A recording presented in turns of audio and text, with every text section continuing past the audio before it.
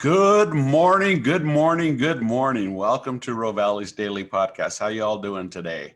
I hope you're doing fantastic. I am doing great. Let's have a toast, shall we? Oh, man.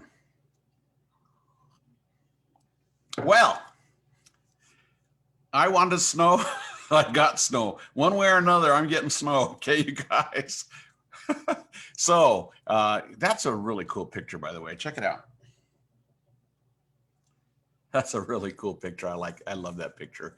Anyway, yeah, it's like spring out there, you guys. The temperature is up there in the 40s.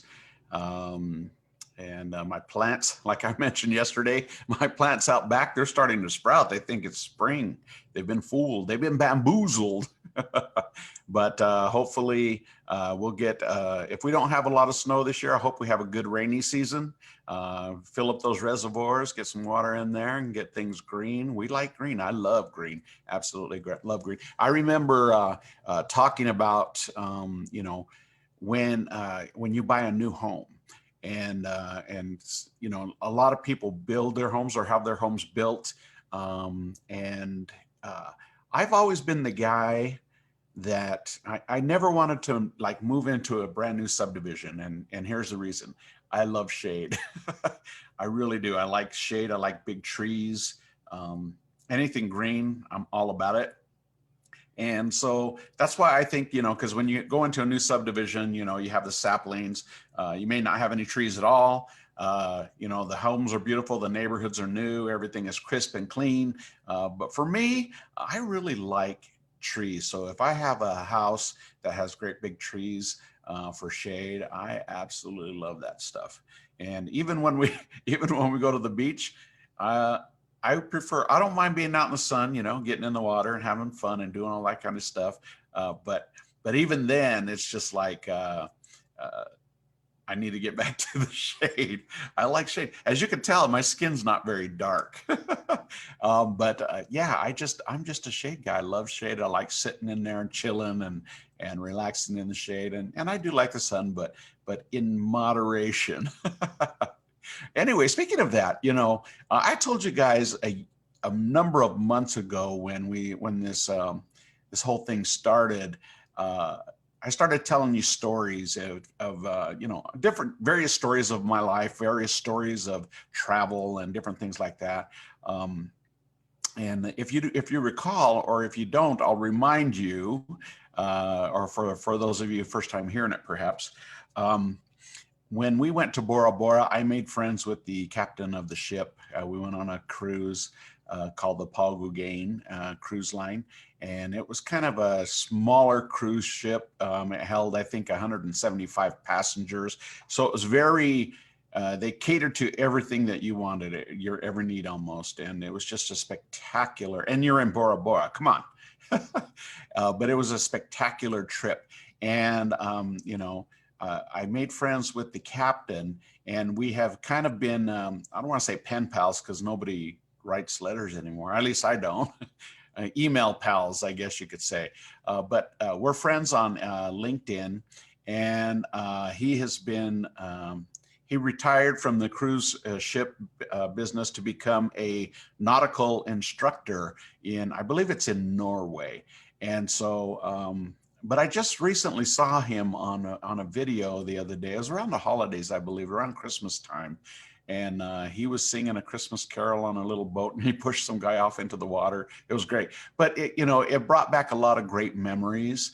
And it was just, he was just a neat guy. And I'll tell you what, looking at that video, which was new, it was in 2020, I don't think he's aged. I gotten a little bit of gray hair. He had gray hair back then, but he looks exactly the same. Do you know people like that? They just don't seem to age. That's pretty cool. Sometimes you go, but most of the time you're like, that's good for them.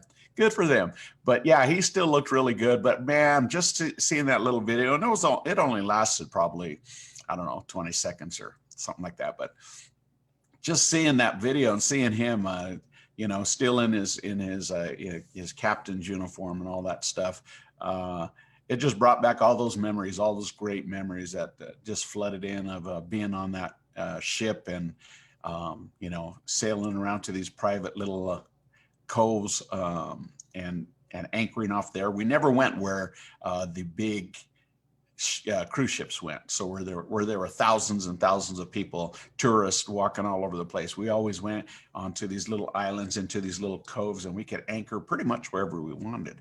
And you know, it just brought back all those memories. But I'm glad he's still doing well. And that's the thing, you know, that kind of the reason why I brought that whole thing up, the story, is because, you know, it's good to wish people well.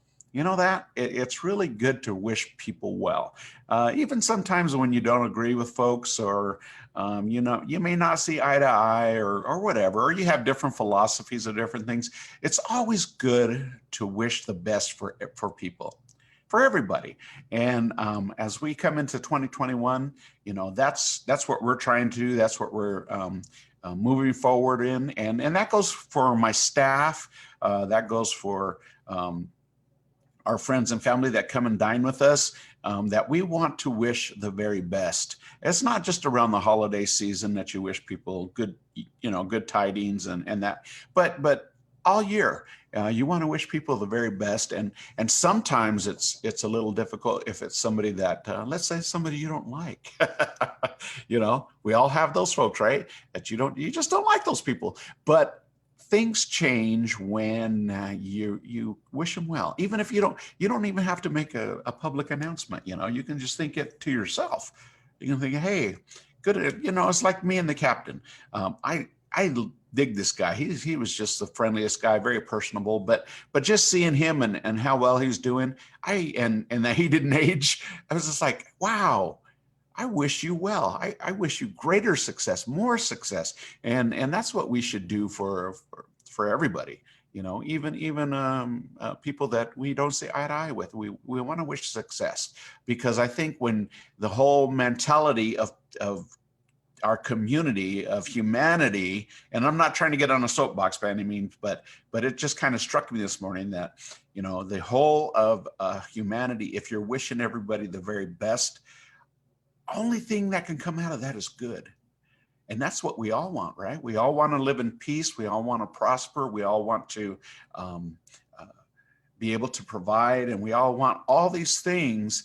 But a lot of times it starts off just right in here and in here, you know, where if you're just, and you have to practice it.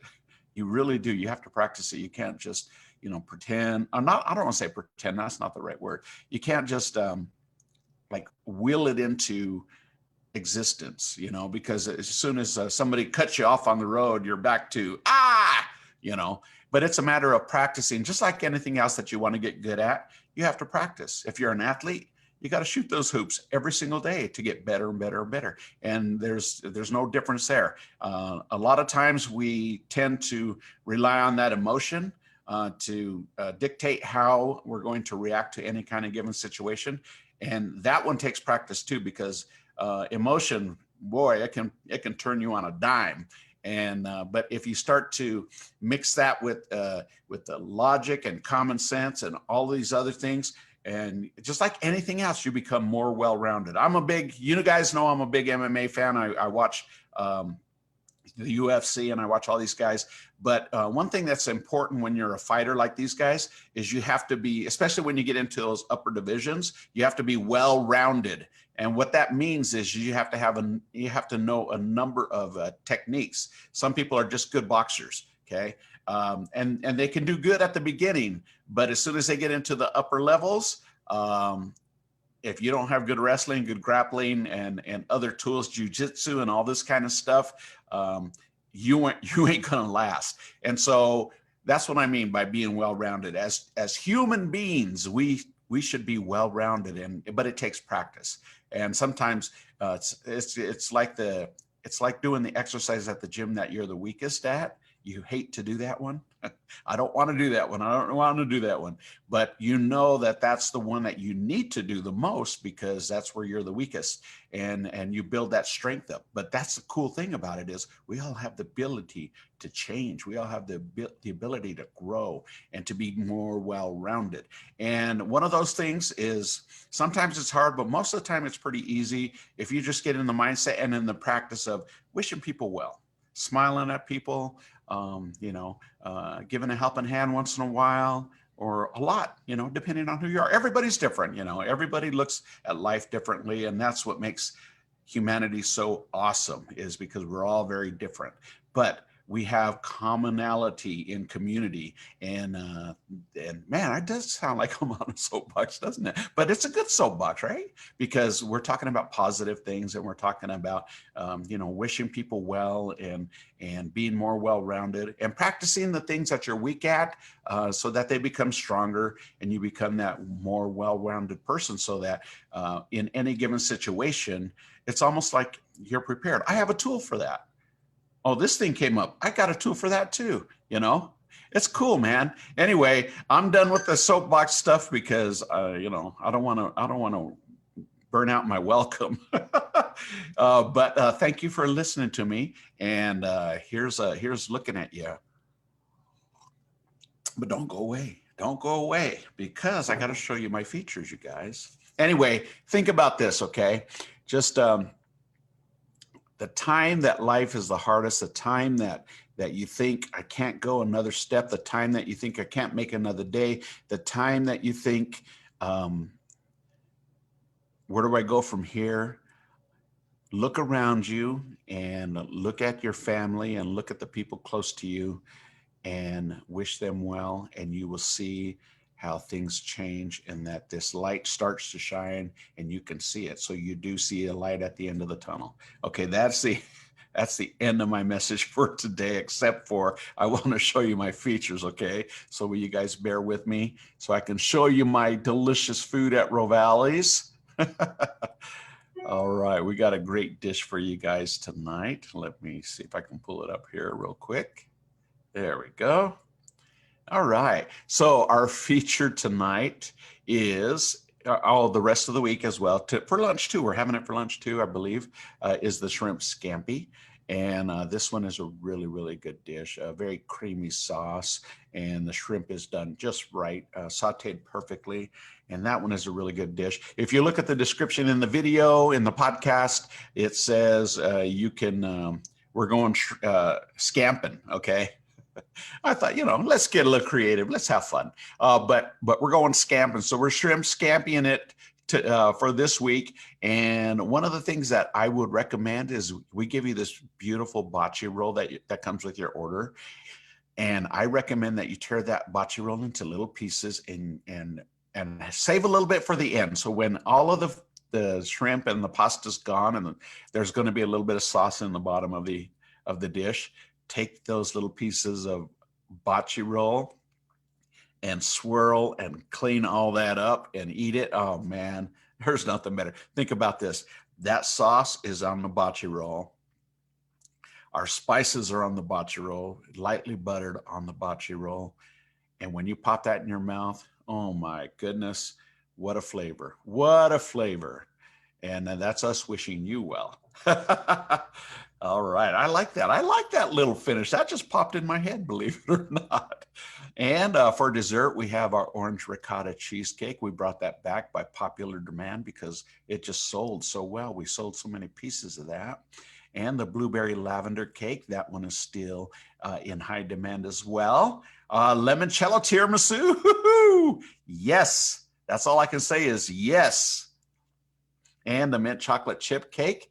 I don't know how much of this one I have left, but we're going to show it to you anyway. But you may want to get in there for lunch today. Pick up a slice of that. And my featured wine tonight with the shrimp scampi is the When We Dance Chianti, my personal favorite. And I really love this wine. I'm looking forward to it. I got to tell you too, we are going to be celebrating Nico's birthday, I believe on Sunday. And we're excited about that. So happy birthday, Nico. That's my grandson, in case you didn't know. Oh, look at this, the Irish mule. I don't know why that image is so small. I know why it's so small, because it's a small image. That's how it works, you guys. But this, if you look at the background, that's Ireland. That's I don't know if that's, it almost looks like the cliffs of Dover, but I don't even know if Dover is in Ireland or not. But it is a beautiful backdrop for our Irish mule, and we're serving that one up today. And of course, our 12 beers on tap. Delicious beer. I love beer too. And the Grey Goose Lavender Lemonade, or the adult lemonade. You can order it by that either way, and we got you covered. And last but not least, our Rovalis Italian sodas. For all of you folks that don't drink alcohol, we have tons and tons and tons of different drinks that are non-alcoholic, because we want to serve every taste imaginable. We try to make happen. All right. And this is one of them, because we have about 25 different flavors there. And last but not least, the Rovalis sign, one of my favorite pictures. I absolutely love that. In fact, I sent a message to my web designer last night, and I said, I need to change a couple of images, because we have those cool new images of Rovalis storefront with our awnings and everything like that. On my website, I had some old pictures of Rovalis that just didn't represent what we are today. And so he took care of it so fast. I mean, I literally sent him the images, and 5-10 minutes later, he says, okay, go ahead and check it out. Bada boom, bada bing, there it was. And that made me really happy.